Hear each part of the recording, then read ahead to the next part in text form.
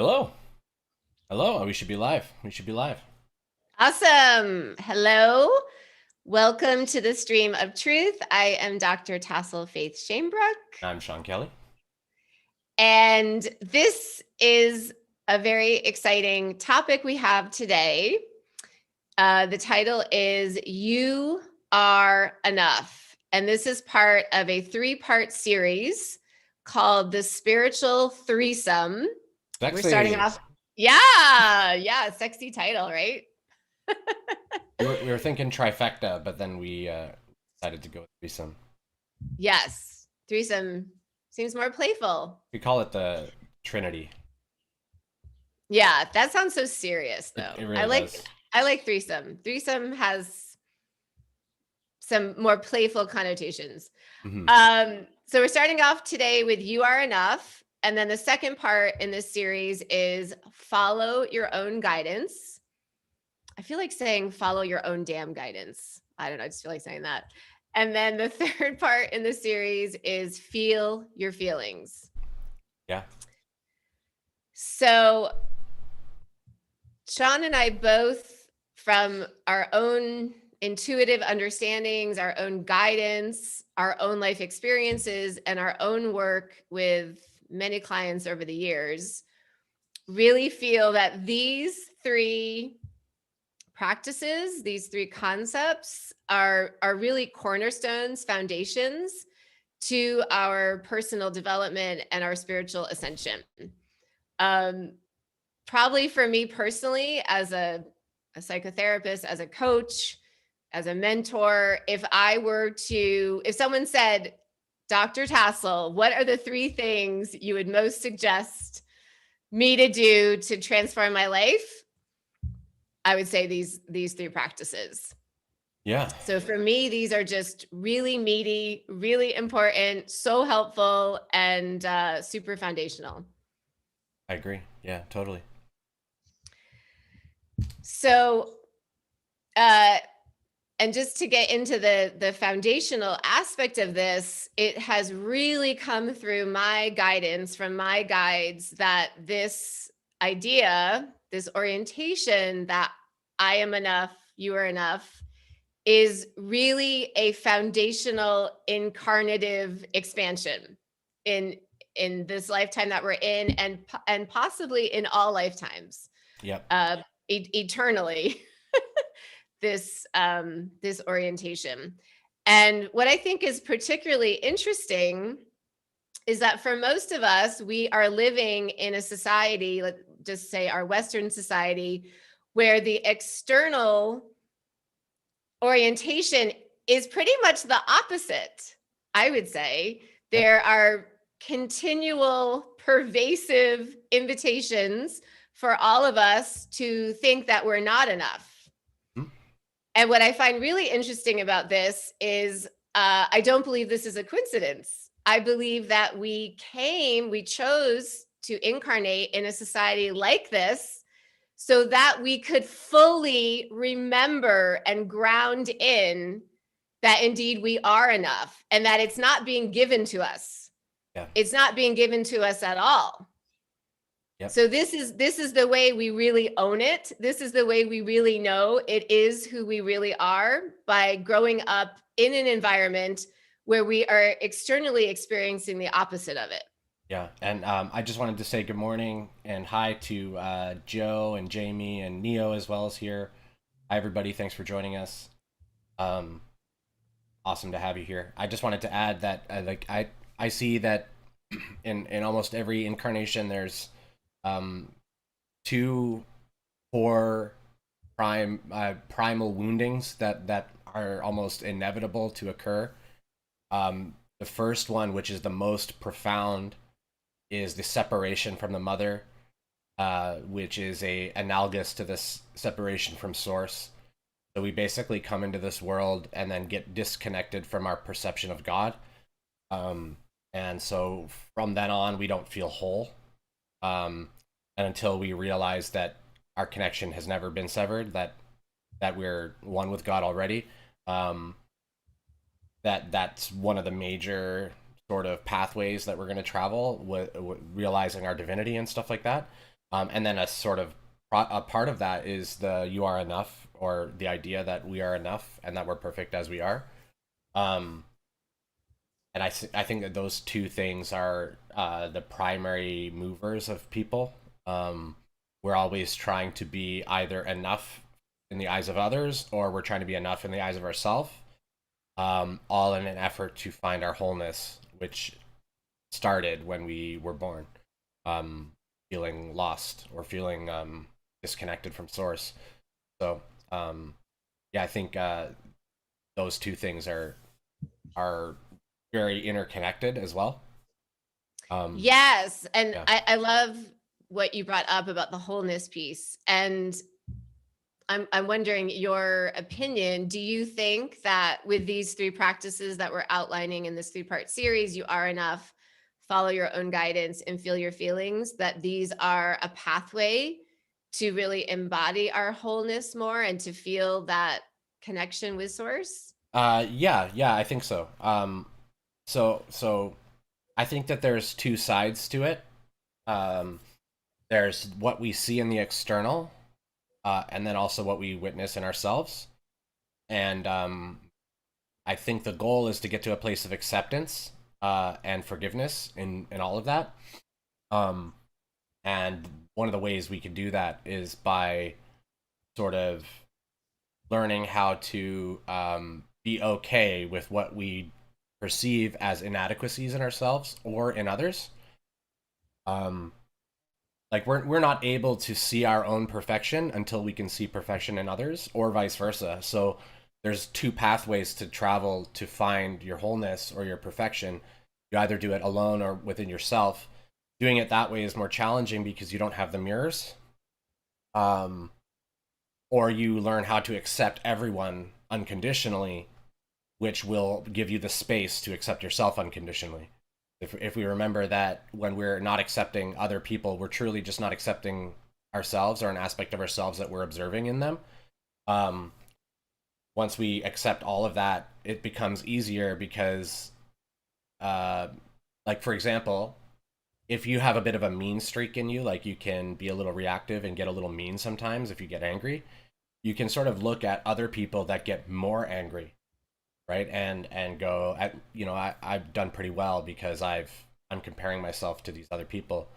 So that can start it, but eventually you get to a point where you can accept the other in their like crazy anger. uh and so then when you have crazy anger, it's very easy to just be like, yeah, we get angry sometimes, and just sort of let it go, feel into it and see what it's about, and then let it go about its days, right? But we can't do that until we learn to accept it in others. And then vice versa. If we accept it in ourselves but not in others, it's still not gonna feel proper. So Yeah. yeah, so we So can go either way. I love what you're saying, that sort of a great benefit of these practices that we're going to be talking about in this three-part series is that as we each accept in ourselves that I am enough, then we also see that in everyone around us. Exactly. Yeah. So not only do we cultivate peace within ourselves, Yeah. then we really can experience this peace with others. And of course, this is always the path, as within, so without. I was just about to say that. You know. And I wanted to make just one other point around whatever expansion we're really working in any lifetime, we most likely have chosen to show up in an environment that shows us the opposite, Hmm.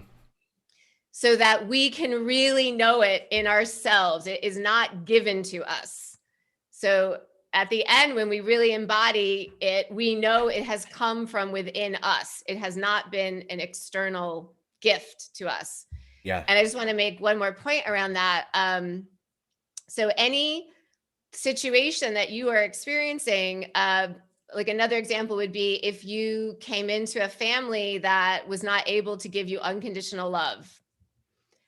Um, you may very well be here in part to expand your own internal sourcing of unconditional love for yourself Yep. and for others. So it's just a, to me, sort of a comforting way to look at things, that what's going on in my external is always helping me source from my internal. And that's an expansion that my soul chose in this lifetime. So I find that helpful. Yeah, totally.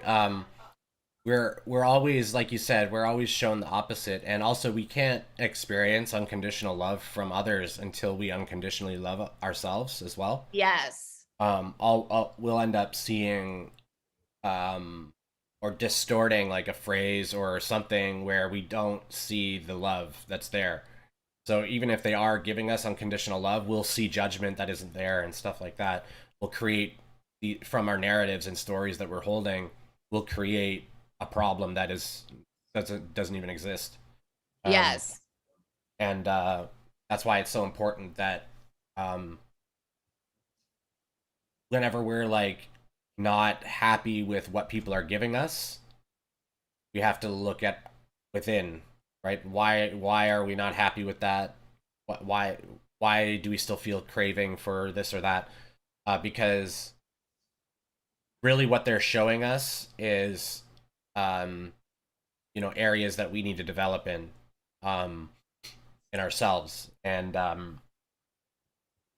it's sort of, if we look at it that way and sort of take their actions or inaction out of the picture and just sort of say thank you for showing me something, and then go within, we can start to discover about ourselves why we can't accept their love.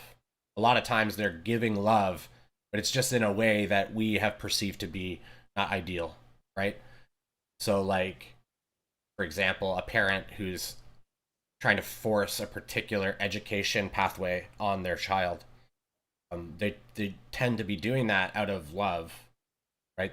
They tend to believe that that's the way to go, and even though they're trying to control and they're doing it from an intention of trying to get the best life for the child.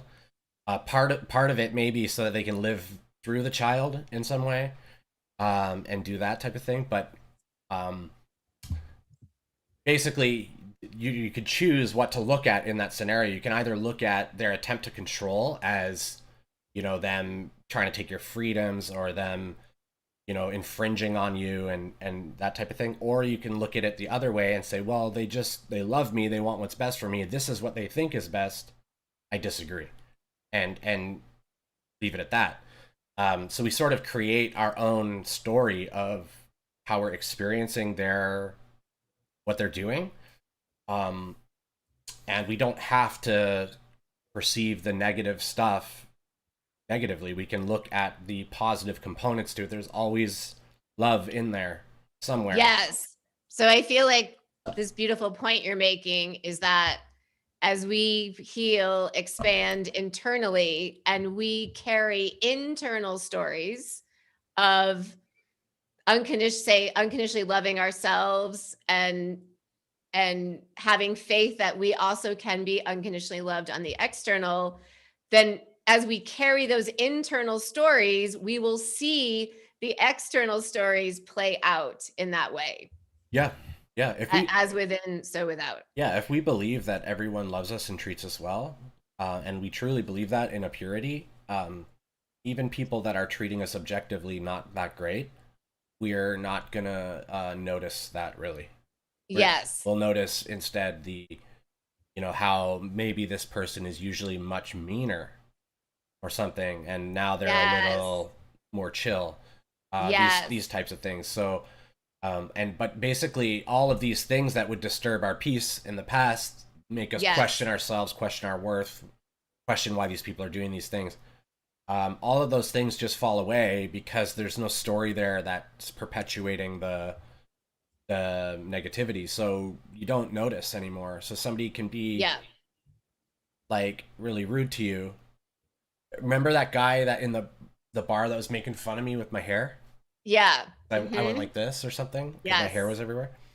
Like things like that. Like when you notice it, you almost don't believe that you're being made fun of. You're like, oh, they're making fun of me. It doesn't stick. Yeah, There isn't there Doesn't land. isn't a wound, there isn't like a little wound hole in you where that arrow could stick. It I just kind actually, of falls away. and in that scenario, I actually kind of felt bad for the guy because Yeah. he feels so disempowered that he has to like point at a stranger in a bar and make fun of their hair. Or, he was Yes. also a bald man as well. I remembered. Yeah. Uh, so so I felt bad because obviously he's annoyed that he's bald, right? He has this need to showboat and to sort of posture, masculine Yeah. posturing type thing. Yeah. So I just sort of felt bad for him, and not in a way of like pitying, really, and not like I felt I was better than him or anything like that, but just like what a stressful situation that he's in, uh, and he doesn't have the tools. So, Yeah. anyways, You were able to hold compassion for him, yeah, I didn't, rather than being wounded. that was sort of the point. Yeah, is that I Yeah. didn't notice really his negativity as much as I Yeah. noticed this poor His suffering pain. person. Yeah. Um, Yeah. Totally. and so it just starts to shift and change, Yes. Yes. these old things that would usually upset you just Yes. become nothing. So, and this is kind of a great example of this I am enough, you are enough, is that for you internally, you were holding energy that, like, I am enough, I'm okay. And so no matter what's coming at you from the external, it's not charged for you Yeah. because you're feeling okay internally. So Yep. so yeah, it's very masterful to live in that space. It really doesn't matter what comes in externally because your Yep. internal orientation is so powerful. And the great So thing, I just wanted to say, the mhm, great thing about all of it is you really only have to do the work to dissolve the stories, usually one or two times. Like, you yes, do a big session of like feeling into it and letting it go, and then you maybe do that again. It yes, may come up again depending on how deep it is and stuff. It may come up more than twice, but you really only have to heal it once. Once it's totally healed, you just don't experience it anymore. And that's the benefit of doing the work and the feeling all the uncomfortable parts of it. It goes yes. away. These issues go and away. and that really goes into the third part of the series when we do the episode I'm feeling your feelings, Hmm. because if you really do go into uncomfortable feelings, if you really go there and just let them wash through and really exit, that part of your story will be dissolved. And we can talk more about that in that episode, but as a psychotherapist, what I have experienced is that so much of, say, therapy is just talking around the feelings. It's just talking, it's not feeling. In fact, so I have a PhD in psychotherapy. In my entire 7+ years of clinical training, over 7 years of clinical training, we never talked about helping clients feel their feelings. Yeah. It really does blow my mind. I learned that really after all of that formal education. So that's just such an important It's piece pretty to feel your crazy. feelings. It's pretty crazy. It blows my mind. At even the idea that we I don't. learned dozens of different therapeutic modalities and so much different trainings and all of it. And to me, the most foundational therapeutic training you could ever do is to feel your feelings. And it's not commonly practiced. It's not It's taught to mind our blowing. children. No, it's Nobody quite the knows. opposite. It's That's quite the opposite. that's that's the main thing that I tell myself whenever anybody does something just nuts. Yeah. I just remember none of these people have been taught how to feel their feelings or Yes. what's even happening, right? Like, a lot of Yes. men are so disconnected that they don't even really Oh my realize they're word. feeling things, right? So, Oh my word. um, Yes. And then a Um, lot of women are doing that too because they're modeling the patriarchy in many ways. So they're yes. suppressing their feminine side and And then thinking, the whole society is really set up in a way to distract us from our feelings it through is, whatever it is alcohol, food. fun. Yeah. But then they start the testing and I think you said that one of your kids was tested in kindergarten, right? And like came home the first day with a C or something. Uh, it was, I think, a D. Right. And then we Yeah. wonder My why our son. kids are like so hard on themselves and, Yes, upset. exactly. They basically started school and told that they suck at it. Exactly. Great. So we're beautifully segueing into point number 2, that the mainstream programming that most of us experience is you are not enough. Yeah. You are not enough. You are not enough in how you look. You are not enough in how you behave. You are not enough in how you think. You are not enough in how you want to live your life. You're not enough. You are not enough. And yes, that story you just shared about my son Jackson, who's now 14, when he was in kindergarten, it was one of the first days, he literally came home with a test and it was like a 57 out of 100 and it said a D. Like his first experience with school was that he was a D. He got a D. I would have He been was livid if not one of enough. my kids came home with that. It was so disturbing. It was so disturbing. Yeah.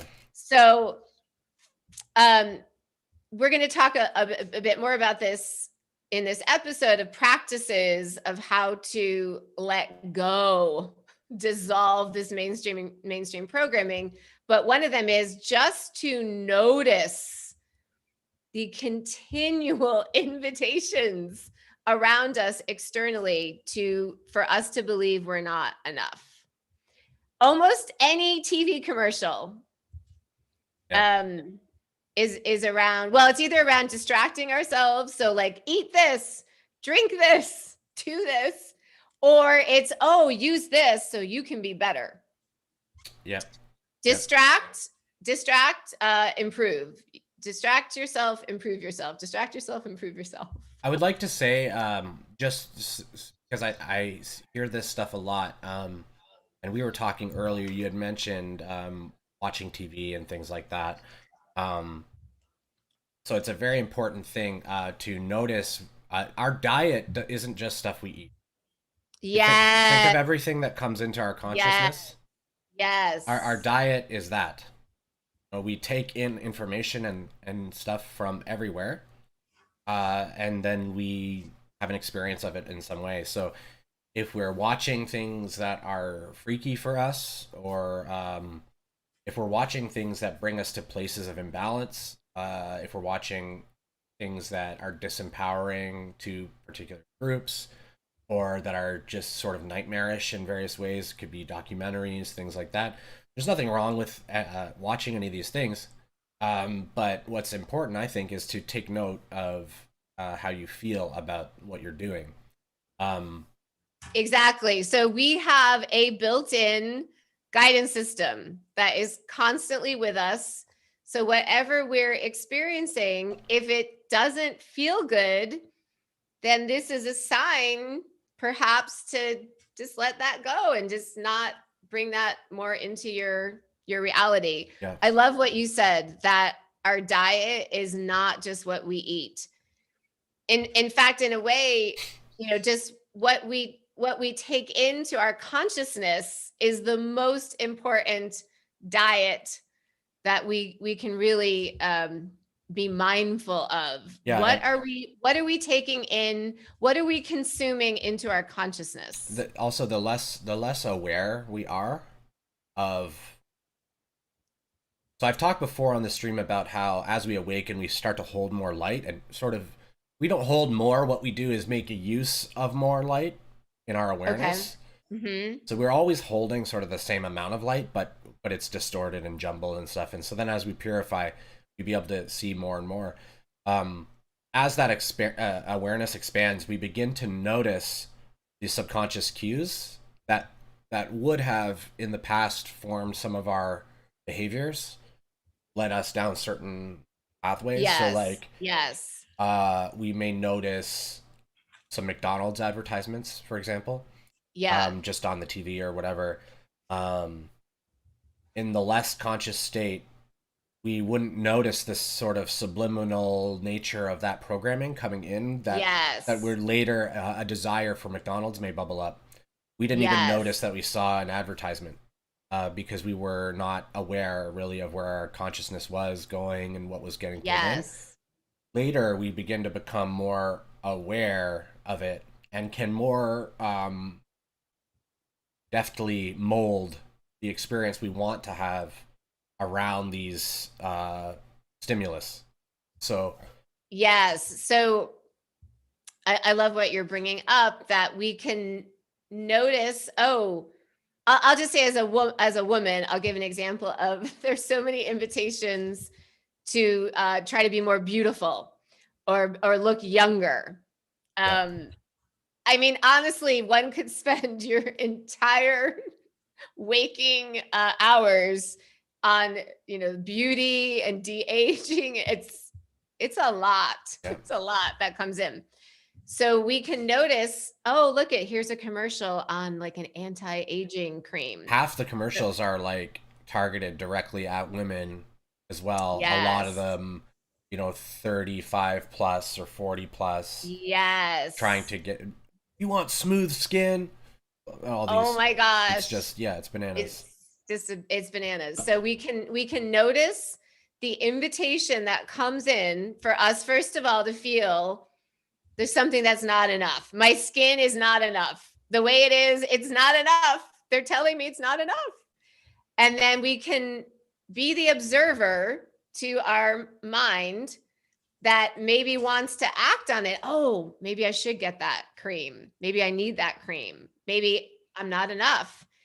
And just, I feel like the first step is just noticing the invitation, noticing what the mind wants to do. The mind wants to play along.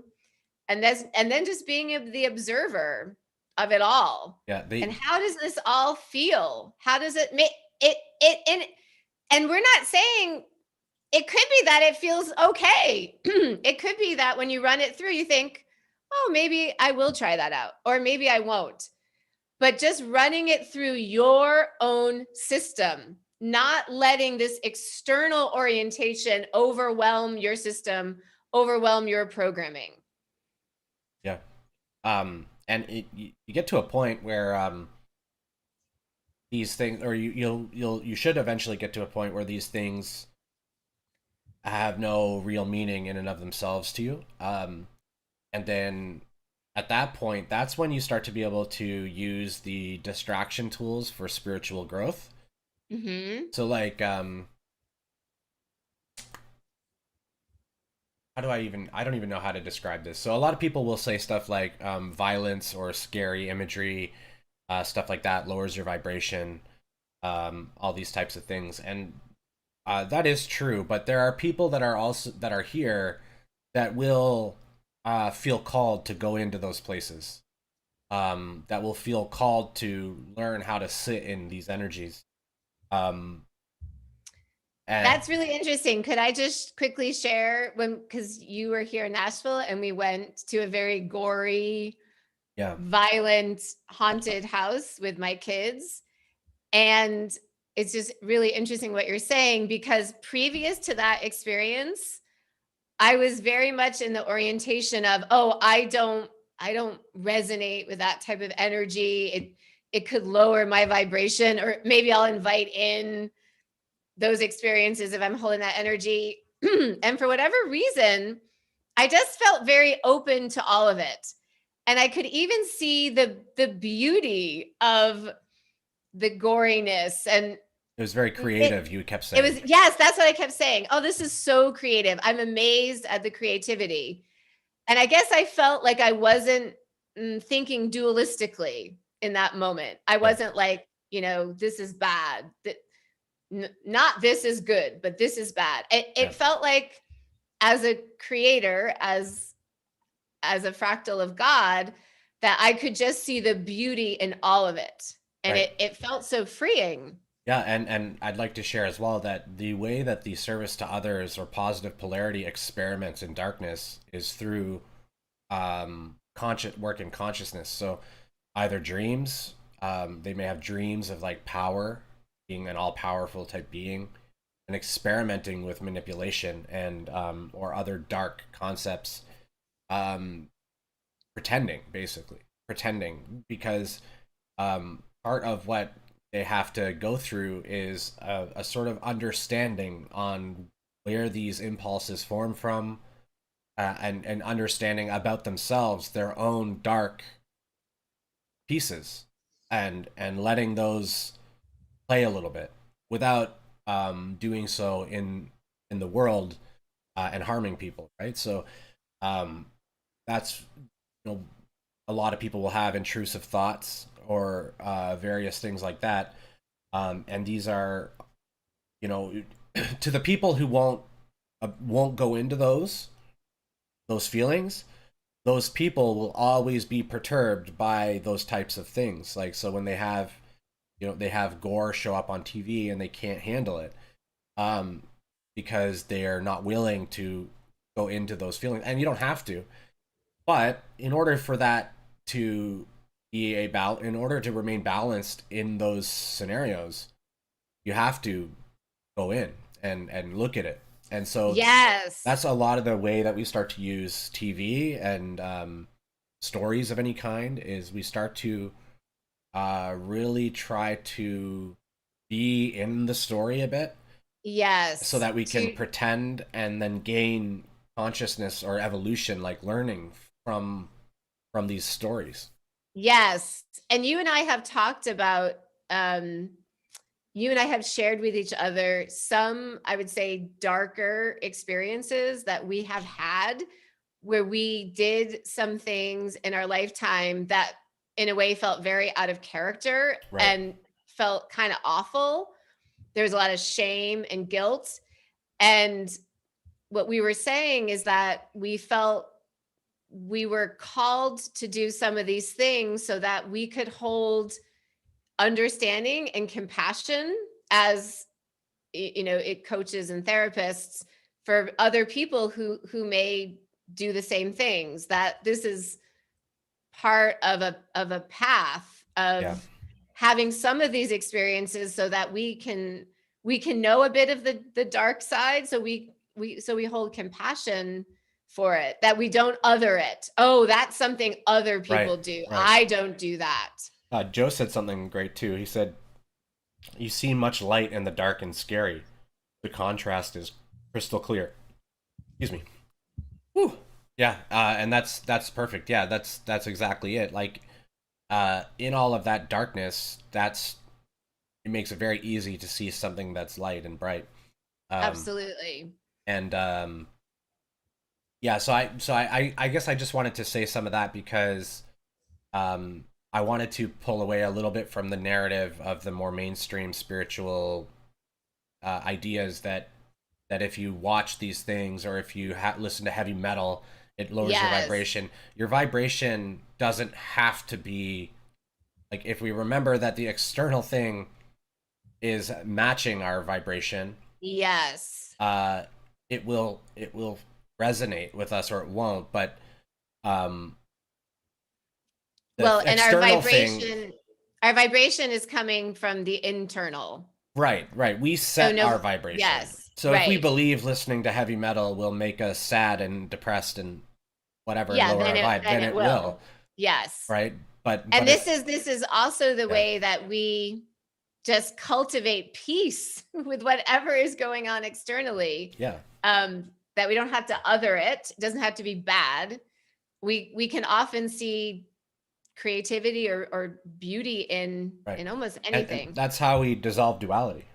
Is Exactly. we go Exactly. into the things we think are bad and realize they're Yes. not bad. Maybe they're not my preference, but they're not bad in themselves. They're Yes. just Yes. different ways of being that maybe we don't super enjoy. Yeah, that's not our But that doesn't preference. mean they're bad, you know. Yes. Yeah, and then eventually we do the same thing with good and evil. That Yep. ultimate paradox. and then Yes. we resolve that paradox with unity, Yes. and Exactly. duality will fall away. I love it. Yay. Yay. Um, just one other quick point around the mainstream programming that comes into us that we're not enough is I love Michel Foucault, the French philosopher, and I studied him a lot as I was writing my PhD dissertation. And he has this phrase that I just love. It's technologies of self. How, in order to fit in to any society, we will often feel pressure to apply technologies of self to our beings. And so this can be physical technologies. So, for instance, with women, especially plastic surgery and hair extensions and whitening our teeth. I mean, men do that probably too. They can, and then there are also mental, emotional technologies that we apply to ourselves. This idea, for instance, that men can't cry or boys can't cry. So this is a something we are sort of contorting ourselves into to try to fit into what we think is expected of us. So how we can be enough in our society. So again, just noticing what we tend to do to our beings in order to try to be enough. Yeah, and the funny thing is that you never actually fit in, um, because um, basically everyone is sort of they create an ideal in themselves, an ideal Yes. person, and Yes. whenever anyone is not aligning with that ideal person, they may choose to say something about their behavior, and everyone's ideal person is different, and so we have this illusion that we want everyone to be the same as each other, but nobody even agrees on what that same is. And so, no matter what you do, you will displease people all over the place with what you Yes. say and whatever. Um, unless you're able to totally let go of yourself, lose yourself essentially, and act just so. But even then, you're still gonna make little mishaps, little issues where you don't properly act the part, and you're going to get in Yep. trouble for that. So it you'll eventually. I realized this when I was young, Yep. that no one's ever going to be pleased. They'll be pleased for a while and then they won't be, Yep. and so it seems pointless for me to worry about it. Yes. And I've mentioned yeah, this before, but there's a wonderful book called The Courage to be Disliked. hmm, And I haven't read the whole book, but just the title I resonate so deeply with and what you're yeah, saying. And in the way where I've landed with all of this is my life is between me and spirit. And and I am spirit. So it's just between me. It's just me. yeah, So I want to live in a way that is just resonant with me. yeah. And it doesn't involve really anyone else What at I all. realized was that all I had to do was just pretend. And as long as I knew I was Mhm. pretending, I wasn't sacrificing any part of myself because I was just pretending.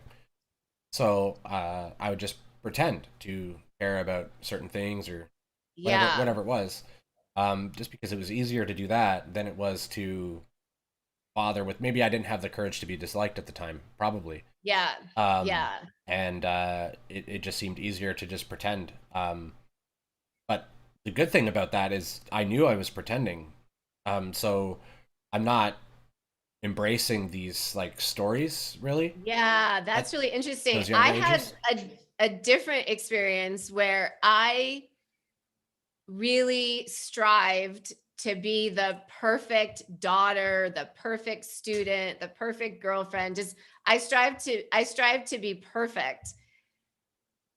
And I wasn't like you where I realized, oh, this isn't really me. I'm playing a part. I'm pretending. I didn't. Uh it became what I thought was me. I Yeah, wasn't separate from it. right.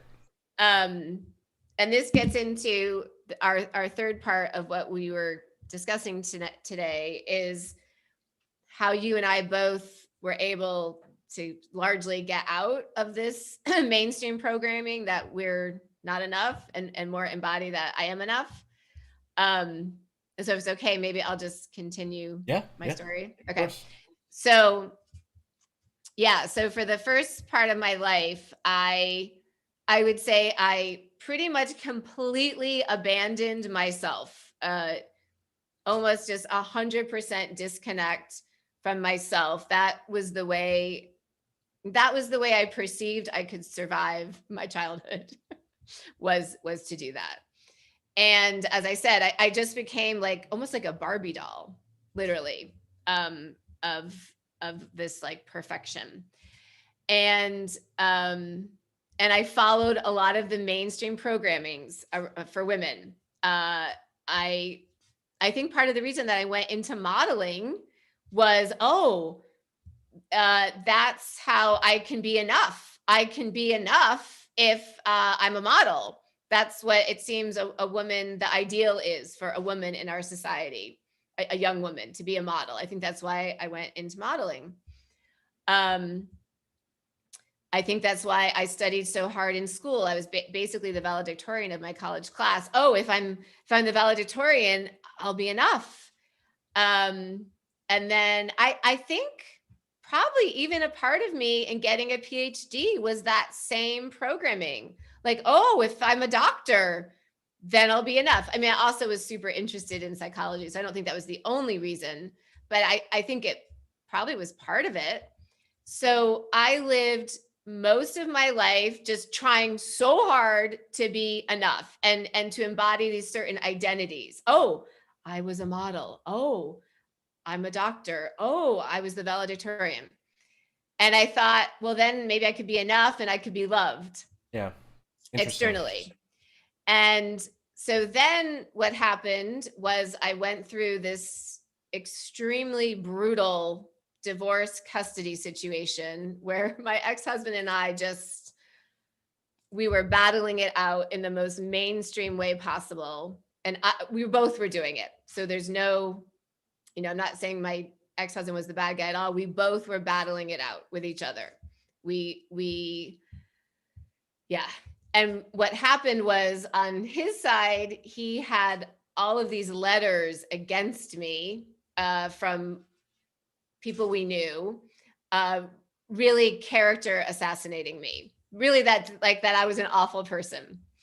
Um, and so what I experienced was, no matter how hard I had tried during my life to be enough, and I tried so hard. I'm a very hard worker, you know this, Sean. I tried so hard to be enough in every way so that I could be loved and I could have a great life. It was like this rug was just pulled out from underneath me. It was this huge tower card moment in the tarot where, for something that was the most important thing to me in the world, my children, the external world was telling me you're not enough. And in fact, not only you're not enough, you are a horrible person and you don't even deserve custody of your children. The whole custody was threatened. So this was a very difficult experience, harrowing, but on the other side, I came out of it understanding that at any moment on the external, I could be judged as not enough. It didn't matter what I did. It didn't matter how perfect I thought I was presenting myself. At any moment, Yeah, I could be judged as not enough. And so, okay, so I'm not going to play that game anymore. If it's yeah, going to turn out that way, yeah. I'm not playing that game. So that was my initiation into letting go of the external judgment of me and all of that. I, And it just became between me and spirit. That's what it became. I ended up developing a similar need to be what other people wanted me to be around Yeah. probably around 24 or so, around the age when Sawyer was almost born or was about to be Yeah. born. The responsibilities of being a father. Um, Now, if I want to just be myself and do what I want, um, that's not I wasn't able to do that as freely. I felt, oh, now I'm responsible for these other people. And so therefore, now it's time for me to embrace my role, right? So then I didn't have those really real experiences where I thought I had to be a certain way as much as a kid. When I was really young, I did, but pretty early on, I realized that um, I won't really be enough for everybody. So all I can really do is try my best and see what happens. But later, I was like, well, no, I have to be a good dad, and this is what a good dad does. So I'll go do these things. Um, and it's not that anything that I did was like bad. I basically got a job and supported the family.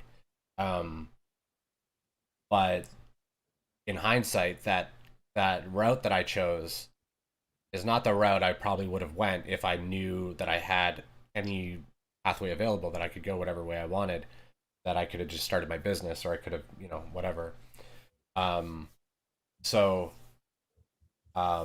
yeah, I think the point I'm making is we all hit this place in different stages in our lives. Some of us hit it earlier, some of us realize later, but eventually we all realize that No matter what I do, I could be judged externally as not enough. yeah, regardless of So what you do or whatever, why however, am I going to partake in that you can game have to pure. begin with? That's the other thing is you become aware you can have pure golden intention and still Yes. hurt people's feelings somehow. Like Yes. people still Yes. aren't don't like what you've done, even though all you did was try to like be nice. Yeah. Things like that, like people just misunderstand, and then they get themselves all worked up, and before you know it, they're upset, and there's no opportunity to even explain. Um, and And I think, they don't often care what your intention is. All they yes. care about is what seems to have occurred to them. Right? And I think that my experience was I was very naive, very innocent. I thought, oh, if I just follow what other people say and I form these identities that seem to be appealing in society, then it'll all work out. I'll be okay. I'll be enough. I'll be loved. It was this very innocent, like trusting Yeah. of the messaging. I believed the messaging. I really did. Yeah. And it was a bit of a rude awakening to realize, oh, that was not that was not something to really Yeah. trust. And And what oh, and sorry. I would just say a lot, I would say the common theme of these practices of I am enough, I follow my own guidance, and I feel my own feelings is self-trust. That's really what we're talking about. It's self-trust. Yeah. And so we have this amazing opportunity in this incarnation, in this society, to relinquish looking outside of ourselves Yeah. and to go come back, always coming back. I'm trusting myself. I am trusting myself. When people we've joked about this a couple of times, but when people question us or tell us that what something that we're doing is wrong or whatever it is, we just ask, is that so? We Oh, I love that. we I just love that phrase so we just much. ask if that's true or not. And then Yeah, and I just want to share that I have a very close family member who at times can be very judgmental towards me and pretty brutal in some of the stuff that comes towards me. And with your help, I've been able to find peace with that and to respond to these external judgments towards me as, oh, is that so? yeah, And just be able to let it if go. you're gonna respond at all, um, I like to just Right. ask them for more information. Right. Right. Explain to me how this is the case, please. Right. And actually, what ends up happening is if you go back and forth with it for a while, they start to realize that they're being bananas, and Yeah. they they will usually just run away. But it's a very interesting, if you can sit with it while they're insulting Yes. or whatever, Yes. you actually can end up shining a light on their confusion, and that later can really help them. So that's what I try to do, is because I feel like that's a way I can be of service. I don't easily get perturbed when people are insulting me, or things like that. So I tend to try to do that and then just ask them about it. Why, And you you know? were a great teacher for me in this, because the way I handled it previous to you kind of helping me through it, was I would just distance myself and cut off contact with Yeah, this family member, because I think I didn't know how to handle it's it. too And I much. don't, yeah. And I don't think I had enough self trust in myself to, take in what was coming in.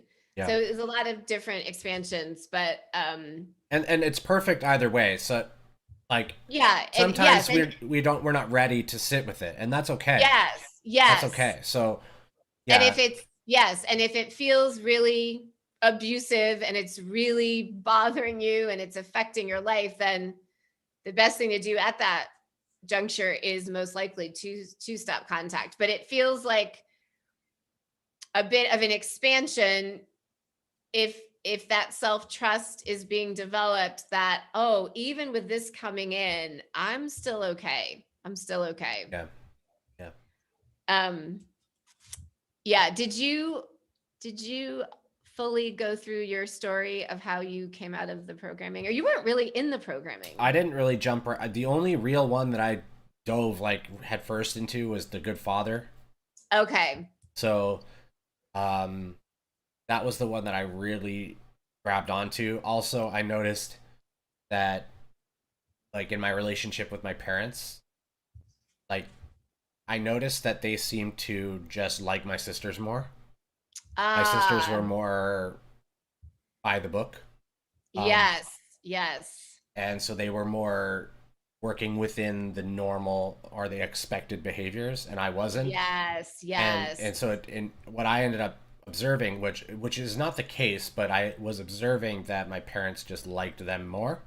Yeah, Also, like, I was, I think, two and a bit when they came back from the hospital, and they were twins, and so they sort yeah, of took over the household in many ways. yes, yes, My parents did a great job, but the child, the older one who's sort of left, is gonna feel abandoned, right? yeah. More or Mm-hmm. less, because they don't know Yep. what's going on.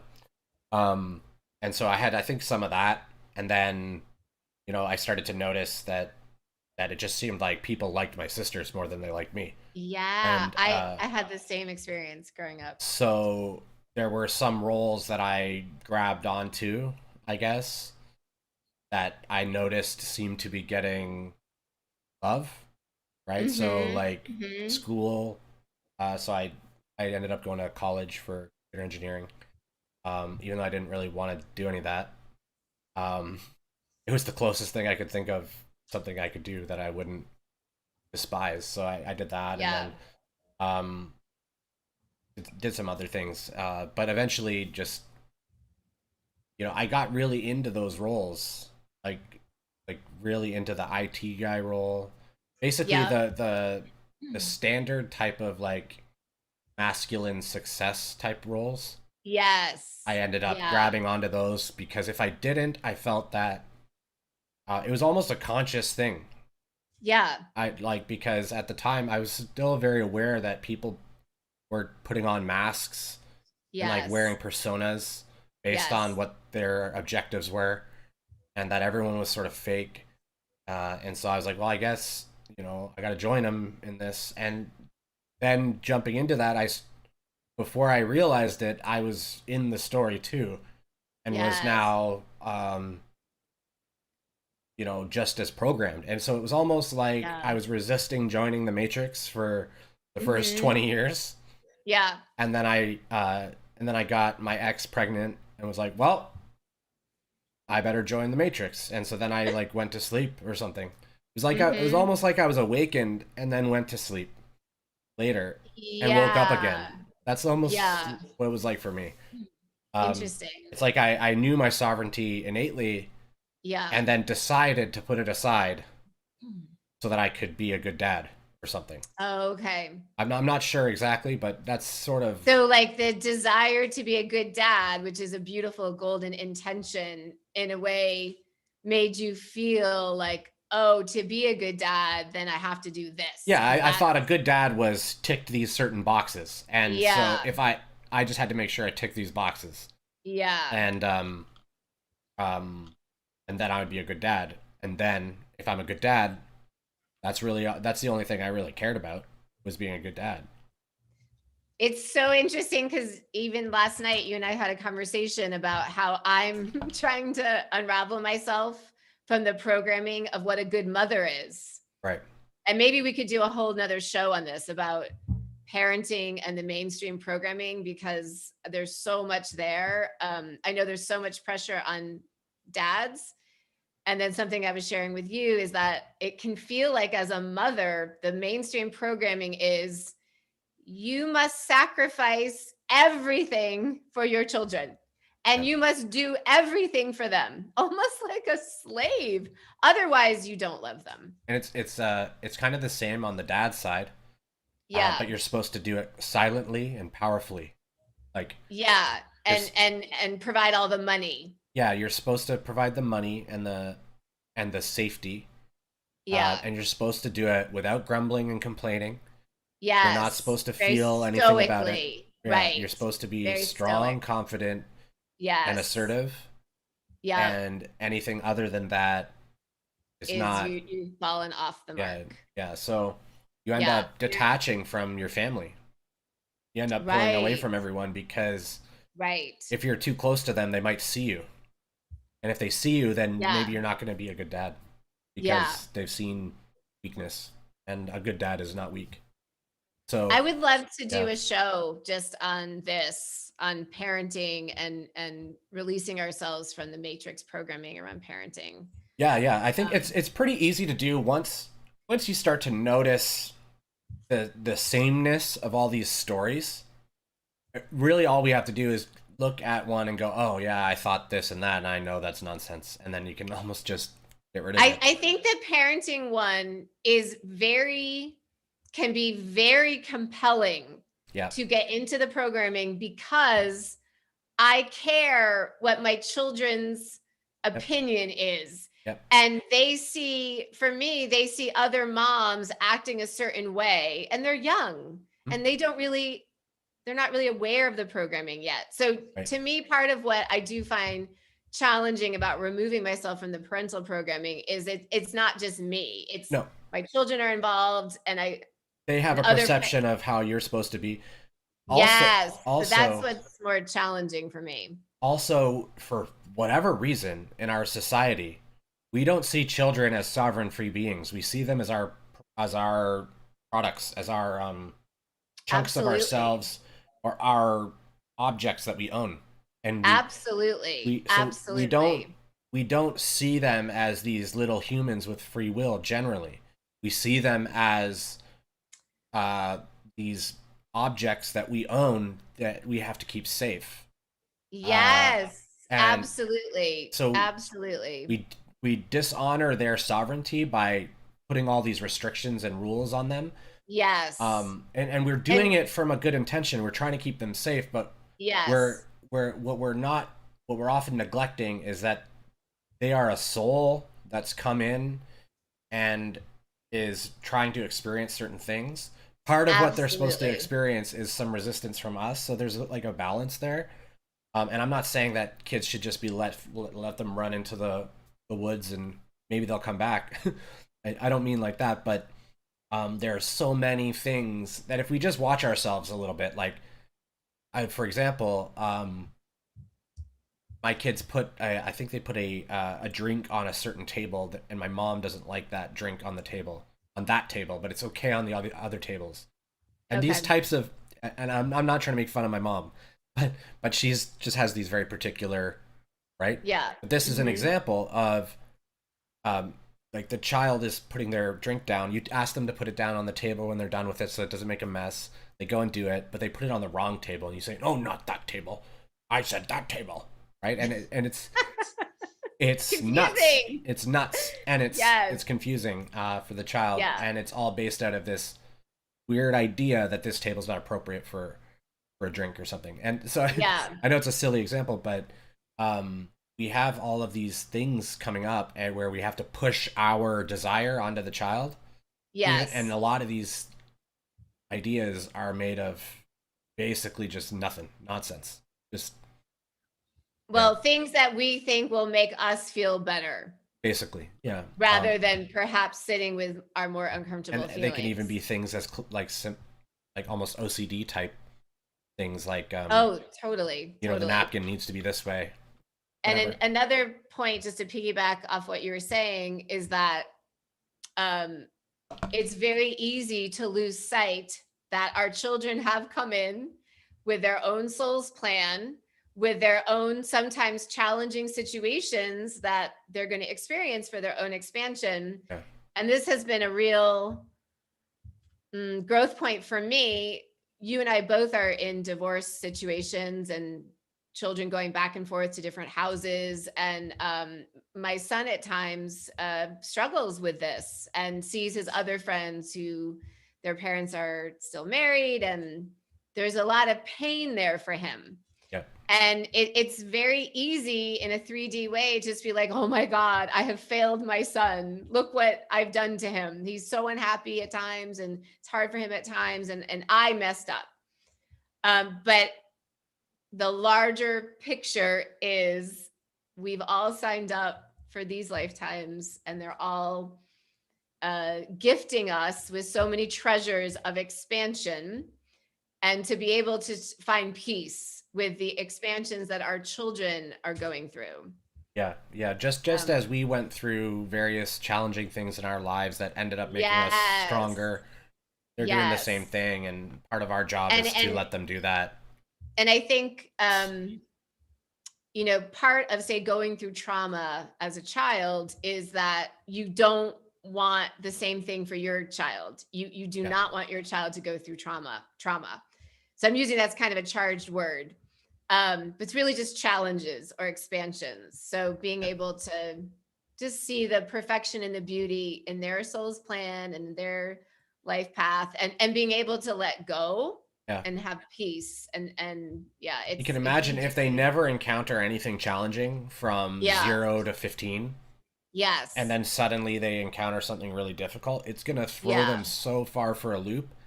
They'll have Yeah. no tools to deal with their pain. So Yeah. yeah, they definitely have to experience various random things, and it's tough. It's tough. I still struggle. I'll say I still struggle with thinking that I failed my children, Yeah. Me and too. thinking that if I had only been better, um, or done things differently, that I could have, I don't know, done something better, right? Yeah. And that's, I think that's really normal. Um, and I think it probably lasts a long time. We have to keep looking at it and letting it go. We we we make such deep connections to our children, and we Yes. feel such a strong responsibility for them Yes. that Yes. we don't, you know, we don't know how to let go of that easily. Yes. And I think what we're actually talking about here is part of mainstream programming, that we're not enough because we got a divorce and our Yeah. children are When experiencing certain actually, things. in reality, divorce tends to be, when it happens, like, tends to be the best for it. Like, otherwise Oh, absolutely. the marriage that's crumbling apart but staying together for no reason, or for Yeah. this idea that the kids will benefit from it, really they're just sitting in this house full of disharmony, Yes, and and it's a it's not good main for anyone. exactly. It's a mainstream program, as you're saying, that it's better to be married and not divorced. And what I often talk about with my kids is that, for me at this point, my relationship with their dad is amazing and really loving, and we hardly ever really have big conflicts. We've Yeah, learned and we've learned how to get along. you hang out as a family as I was well. at his house for dinner last night So with all the three kids. it's just about as good as it could be. I would say. Yes. So You know, that's part of the mainstream programming to let go of, is that a family is supposed to look a certain way or otherwise it's not good enough. right. Because the family that I now have with my ex-husband and the 3 kids we share, it's full of peace and love. Mm, And when we were married, it wasn't. right. It was pretty conflicting. So just so many pieces of programming to dispel. I had a you've already shared it, but I just had one more question around this that maybe we could ask each other. Is there an aspect of mainstream programming for you that is still challenging, or is there, something you're still working to let go of?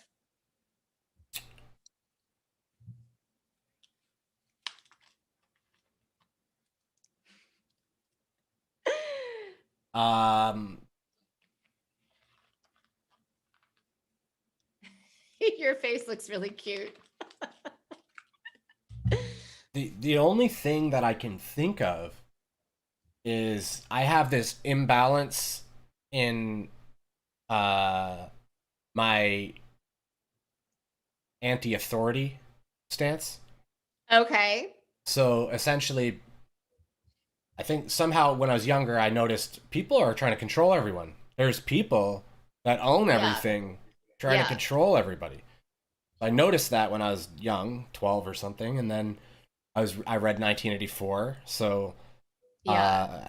when I was like 11, and so I was like, oh my god, they're gonna watch us and control us, Yeah. and so I had that sort of understanding. Yes. And so I ended up tuning all the way to where if somebody says, Sean, you should do this, I'll go, mm-mm. I'll do something else. Yeah. Or Sean, you're not Yeah. allowed to do this. Oh, I'll go do that then. I'll go do exactly what you just told me not to do. Okay. So for me, and it's ended up being its own program where I've programmed myself to resist any Like type the of rebellion programming. yeah. So Yeah. rebellion, yeah, and Yeah. all of these programs are societal programs. I fell into a group that was oriented a similar way, and Yeah. um, we helped solidify these programs with each other of non-conformity. Um, Yes. Even non-conformity, approaching it in this way is In still a black and white. right. It's Yes. It's still still a programming. programming, right? Yes. Because I'm not It's the counterculture mainstream programming. right. I'm programming myself to decline to conform Yeah. before consulting with my feelings. Yes. Right? So whenever we're Yes. doing any of that, it's programming. So whenever we're acting without consulting our feelings, we're How it programming. feels. Yes. And we're Right. not Good meant, point. we believe we're meant to program ourselves so that when future events happen, we know how to handle them because we've set up these programs. Right. And So we so, feel safe. right, so we Yeah. feel like we can handle things that come our way. Yes. When in Yes. reality, every situation that comes our way is unique and nuanced and new. Yes. And Yes. unless if we're not willing to go into all the context of that particular situation, Yes. then we're going to follow a program, and that's quite unconscious. So, um, I, anyway, I don't know why I got into that, but basically that's one thing that I'm working on letting go is fighting with people just to fight with them. You know, like I Yeah. also find it fun. I enjoy debates. I like to argue with Mhm. people. Mhm. Um, it's really easy to argue with people and not get offended when you don't care which way's right or wrong, or you Mhm. don't care at all about the topic. It's just more fun to argue, right? Yeah. And so I've been that way since I was a kid too. So argumentative and um, just not conforming. So if Yeah. you know that type So of thing. I love what you've said, and if I may summarize it, you're saying that ideally every moment is a new moment. Ideally, we are completely present in this new now moment, Yeah. and we're not bringing any of the old programming or old stories in. We're we're present, we're experiencing what's happening, and we're running everything through our feelings, our guidance system. As if it's a new thing that you've never experienced before. It could be very similar. Exactly. It could be very Exactly. similar to past experiences, Yes. but there's going to be differences. So, yeah, Yeah. as if it's new every time, and And that's you why. and I have experienced this so much. When sometimes things are a little tense, we can each see that part of the tenseness is we're each bringing in old stories and old programming that maybe aren't even really relevant to what's actually going on. Yeah, It's like kind of a misunderstanding. I'll just use this example. My dad, one time when I was talking about needing to go right, I told him I was going to get a tent and go camping and write. Hmm. Um, but he was hanging on to this story of like a shanty town in Toronto with like tents and homeless people. Okay. And so when I was saying I'm gonna go camping, he's hearing that I'm gonna go live with the homeless Okay. in this Yeah, that's shanty. it with his story. Yeah, Yeah. and so the whole conversation couldn't even happen because he's like He thinking was I'm so in that program, that yeah, story. Yeah.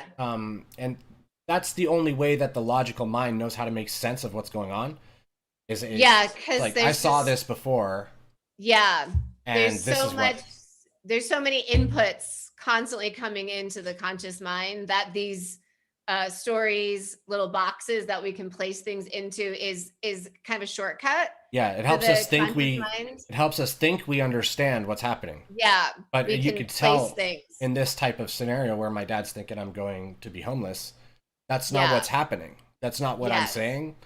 Yep. And so, just as that example, that was a more extreme example where he's way out in left field, and I'm just literally talking about camping in the woods to write my Yeah. book. Um, So was it last week or 2 weeks ago? We filmed 2 videos around the Imago communication method. right. And that's why that is so helpful because you listen and then you repeat what the other person has said.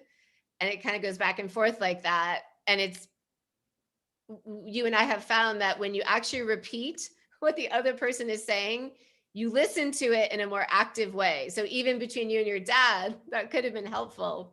Oh, So totally. Yeah, yeah, he wasn't hearing what you were I really was, saying. I was observing it and being like, he's seen this driving into work. So Yes. this is the story, right? Like he's Yeah. observed homeless people in like a tent town sort of thing, Yes. and and when he thinks of somebody who's not camping in a campground, just Yeah. camping randomly, um, the mind goes to this sort of vagrant or homeless Yes. person, right? And so Yep. I was watching this happen, and I'm like, I don't know how to get him out of this story. This state. I'm Yes. not saying these things, and Yep. you know, and he's a very generally pretty open-minded guy, and Yeah. in this case, it was fear, right? He was scared. He saw this scary story Yeah. and got stuck in it because it was scary. So Yes. that's why he wasn't able to let go of it. The more scary it is, or Yeah. more anxiety it causes, usually the more focus the mind The points at more it. we sort of stay in that story. Generally, yeah, Yeah. yeah. So, Yeah. but the Imago technique, like if I was able to, I didn't even know about it back then. Yeah. Um, Yeah. but yeah, it would So be a lot helpful.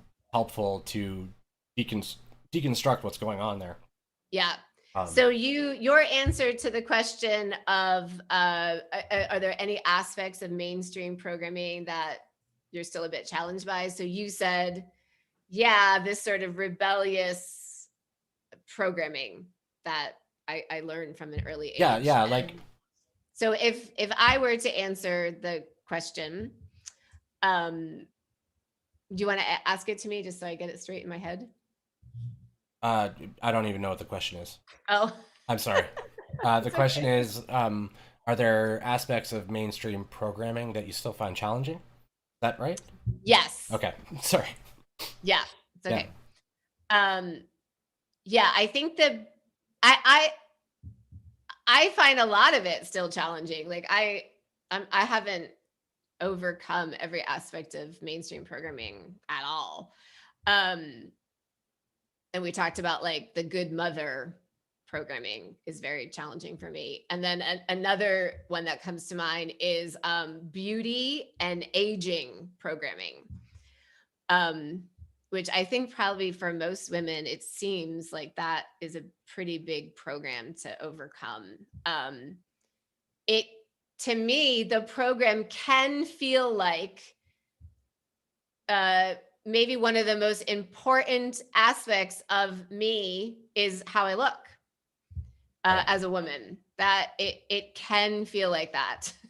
The programming certainly seems to indicate that the way a woman in particular looks is very important and is really commensurate with her worth in the world. Yep. So I'm still working that one. That's a big one, probably for most women. Should we end with offering some practices to Yeah, help? we're at an hour and 20 minutes though. Oh, okay. Oh, so maybe should we do this on another? Yeah, it's really Probably long. it's pretty long. People are starting to drop off, and Okay. I think it Okay. probably makes sense to end it now. Okay. I didn't realize we were at an hour and 20 minutes. That's pretty long. Yeah. We're talkies. Yeah. But we can add practices in tomorrow, probably, or Wednesday, I should say. Yeah. So yeah, the next time we're on, we'll offer some practices. Excellent. Awesome. If you guys have any questions or anything, just leave them in the comments, and we'll do our best to answer. If there are topics you want us to talk about, Jamie had said that mainstream parental programming would be good to talk about. Awesome. Yeah. So, any other topics, anything like that that you guys are curious about or have any questions, just let us know. Awesome. Thank you so much. So much love to everyone. Thank you, everyone. Take care. Bye.